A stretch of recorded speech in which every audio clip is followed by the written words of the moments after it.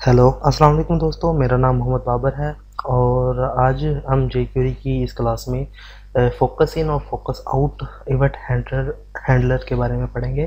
तो सबसे पहले मैं अपना ड्रीमवीवर की फाइल ओपन कर देता हूं और इसके अंदर जो हमारा प्रीवियस वर्क था उसको मैं अरेज कर लेता हूं और यहां पर दो इनपुट टैग्स बनाता हूं। मैं यहां पर सबसे पहले तो यूज़र नेम की और इसके अंदर मैं इनपुट टाइप जो है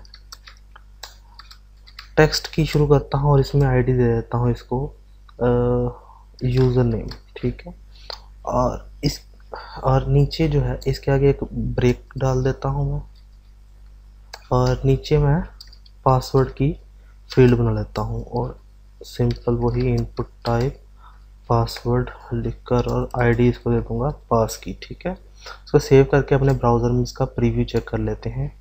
तो ये हमारे पास दो फील्ड्स आ गई हैं। मैं दो BR दे देता हूँ ताकि थोड़ा सा और सेपरेट हो जाए एक दूसरे से, ठीक है। तो ये हमारे पास दो फील्ड्स आ गई हैं।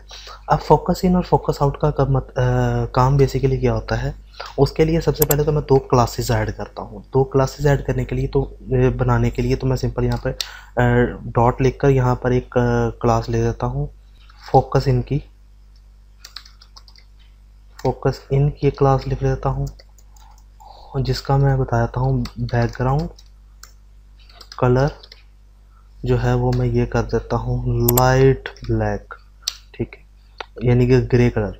और इसका जो कलर वो ब्लैक ही रहने देता हूँ और इसका बॉर्डर जो है वो 1 पिक्सल सॉलिड ब्लू कर देता हूँ और एक फोकस आउट की क्लास बनाता हूँ। फोकस आउट की एक क्लास बनी तो इसके अंदर मैं इसका बैकग्राउंड कलर वाइट कर देता हूँ और बॉर्डर नन कर देता हूँ, ठीक है। ये हमारे पास दो क्लासेस बन गई। अब इसमें मैं इसको अरेज कर देता हूँ, जो अपना मेरा पुराना काम था इसको मैं अरेज करके यहाँ पर एक सिलेक्टर बनाता हूँ। सिलेक्टर क्या है, मैं कहता हूँ कि किसी भी इनपुट टाइप को अगर पकड़ना है, किसी भी इनपुट टाइप के लिए हम क्या करते हैं, यहाँ पर कॉलन देकर इनपुट लिख दूंगा मैं कि यानी कि किसी भी इनपुट के ऊपर को कैच करो, सब इनपुट टाइप्स को कैच करो, उसके ऊपर आप अप्लाई कर दो फोकस इन को। फोकस इन, ये देखिए फोकस इन हैंडलर की बात कर रहे हैं हम, ठीक है, फोकस इन हैंडलर। तो मैं यहाँ पे सिंपल लिख देता हूँ, ये हमारा फोकस इन आ जाएगा, ठीक है। और यहाँ पर दो ब्रैकेट्स के अंदर मैं फंक्शन लिखूंगा, फंक्शन के बाद दो फिर राउंड ब्रैकेट्स और उसके बाद दो कर्ली ब्रैकेट्स और यहाँ पर मैं सेमीकोलन दे दूंगा। और इसकी जो कर्ली ब्रैकेट्स है इसके अंदर हम अपना फंक्शन लिखेंगे। अब मैंने कहा कि किसी भी सब इनपुट टाइप्स को कैच करो और यहाँ पर फिर मैं डॉलर दूंगा और यहाँ पर ब्रैकेट के साथ लिखूंगा जिस भी इनपुट टाइप पर हमारा फोकस हो, यानी कि फोकस और क्लिक का बेसिकली मकसद क्या होता है, डिफरेंस क्या है उसके अंदर, कि क्लिक से आप सिर्फ यहाँ पे जब क्लिक करेंगे तो इसका कलर वगैरह जो है वो चेंज होगा, लेकिन जब आप इसके ऊपर फोकस करेंगे, फोकस से मुराद ये है कि जब आप टैब के ज़रिए से भी इसमें कर्सर लेकर आएंगे तो इसके ऊपर हमारी जो है फंक्शनैलिटी अप्लाई होगी jQuery की।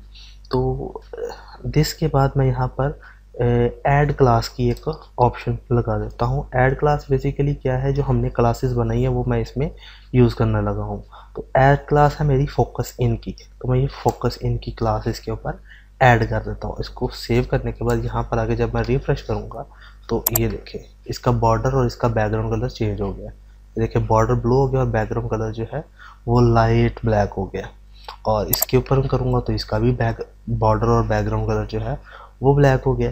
लेकिन इनमें एक मसला ये है कि जब मैं इसके ऊपर से इस यूज़र नेम से जब पासवर्ड की तरफ आता हूँ, जैसे ये यूज़र नेम है, मैं एक दफ़ा रिफ़्रेश करता हूँ, यूज़र नेम पे मैं क्लिक करता हूँ तो इसका कलर चेंज हो गया। मैं टैब दबाता हूँ तो पासवर्ड पर आया हूँ मैं, लेकिन यूज़र नेम का कलर जो है वो दोबारा अपनी पुरानी हालत में नहीं गया।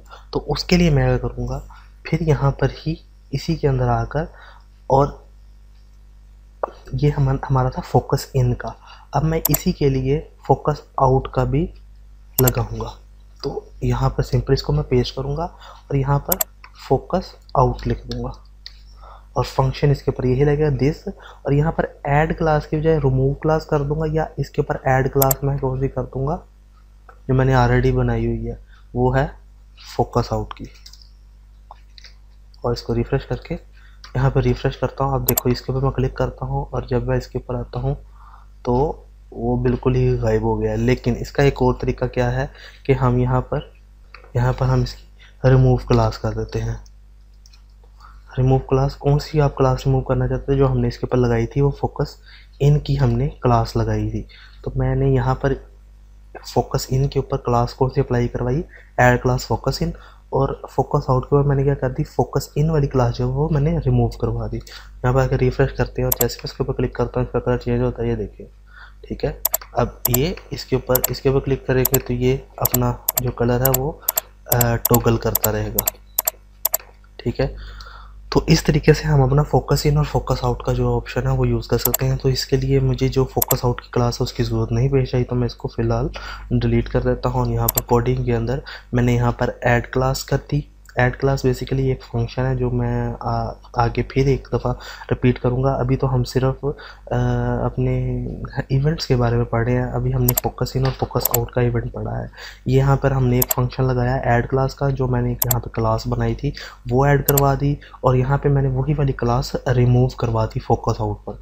तो जब भी कोई एक पे क्लिक करेगा तो उसके ऊपर क्लास ऐड होगी, और जब दूसरे पे क्लिक करेगा तो जो प्रीवियस वाली होगी वो अपनी प्रीवियस पोजीशन पर चले जाएगी। तो मुझे उम्मीद है कि आपको फोकस इन और फोकस आउट की समझ लगी है। तो नेक्स्ट क्लास में इंशाल्लाह फिर मुलाकात होती है नेक्स्ट इवेंट के साथ। तब तक के लिए मुझे इजाज़त दें। अल्लाह हाफिज़।